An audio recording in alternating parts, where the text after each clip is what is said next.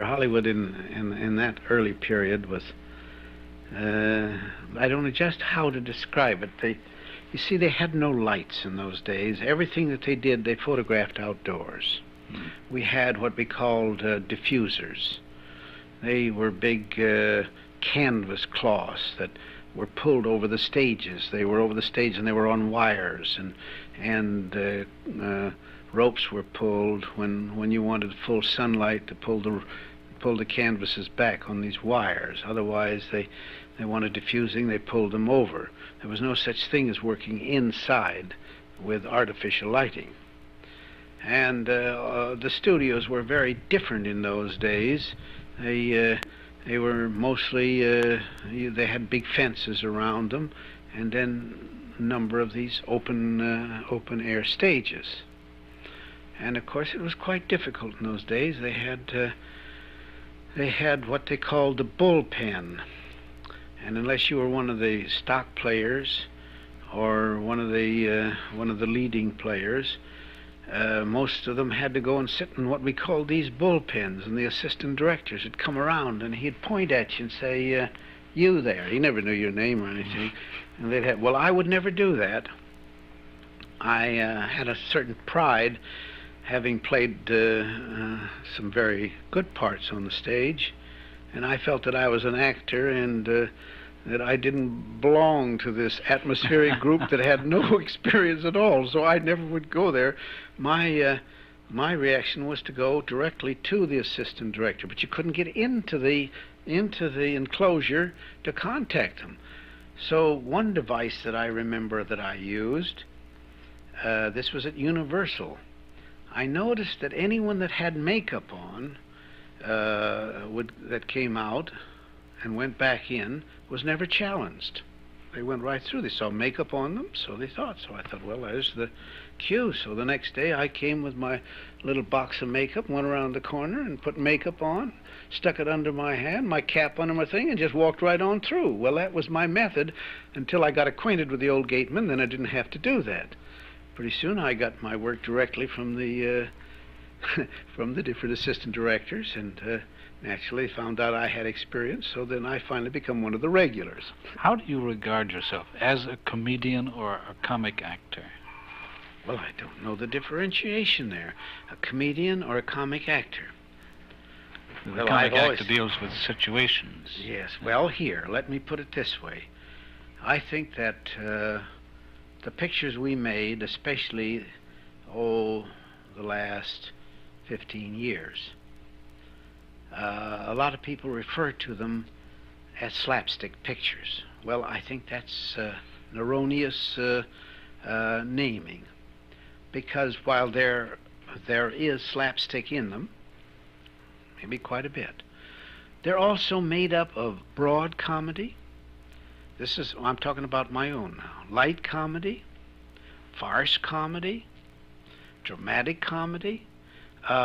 In fact, they run a complete gamut of different types, and we were fortunate enough to find a blend where we incorporated all those things. And if you will take any one of them that were made, say, in the last 15 years, you'll find you'll find a lot of elements of slapstick in it. Still, you'll be amazed how sometimes little slapstick, if you want to really give slapstick its real terminology, you'll find that there's very little slapstick in it. You'll find that they'll run to broad comedy and light comedy. Not as much farce. A few of them. I wasn't as strong for farce, but you'll find some of them has got a farce trend to them. And then every once in a while, like Grandma's Boy, like The Freshman, like different ones like that, you'll find that they've got a lot of more or less drama or pathos to them. Chaplin, for instance, that was one of his great forts. He loved to put a great deal of pathos in his pictures, being the little downtrodden tramp. But it's an amazing thing. They used to run Chaplin's picture and mine together, a great deal. And it wasn't until you put the two pictures together that you realized how different our characters were. They were, when you'd see one run and then the other one, a lot of people used to try to compare us, but really the comparison was sort of odious for the simple reason that we were two entirely different styles. We were both comedians or comic actors. I don't know which way. I think I'd leave it up to your. I think we could drop under both terminologies. Mm-hmm. Just the same as the ingredients that we have in our pictures would drop into that same category. Well, Mr. Lloyd, you were one of the greats of Hollywood at the height of the silent picture era. And what was it like then? We hear legends of the great stars living in a grand manner with fabulous wealth and this kind of thing. Is it true? Or? Well, yes. You see here, I say yes, more or less reservedly. When I first started in pictures, the motion picture star had a different type of glamour to him. In the early days, it was amazing. A lot of people didn't know whether you were real. They didn't know how pictures were made.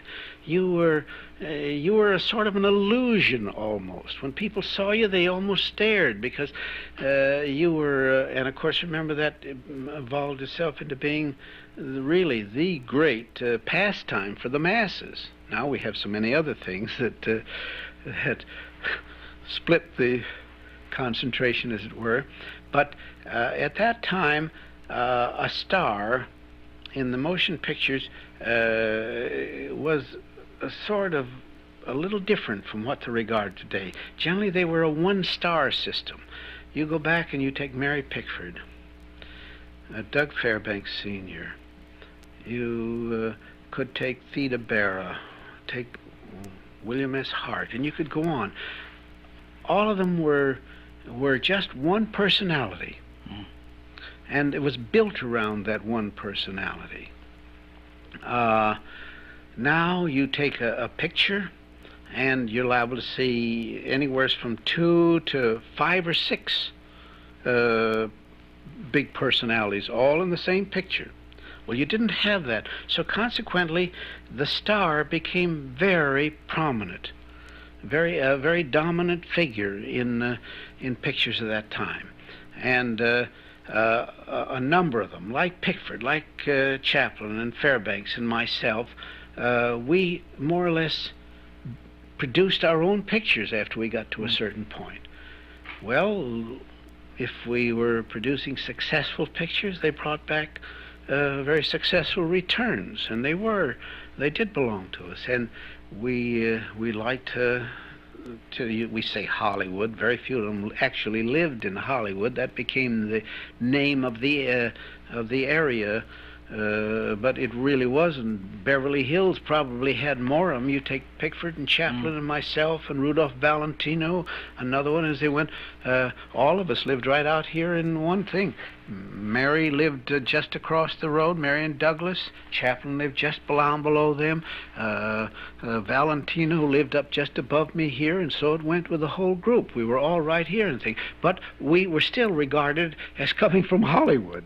Yes, but it was a catch-all term. Yes, yeah. But they did. They all. There was parties given out here, and it was nothing to go to a party to get 20 or 40 or 100 very prominent stars, all of them. They used to give big parties, and they all used to have swimming pools, and there was a great deal of social life. And I think more or less it came from there, and also from the one-star system that they, in those days, became very glamorous from being the central figure of the whole picture.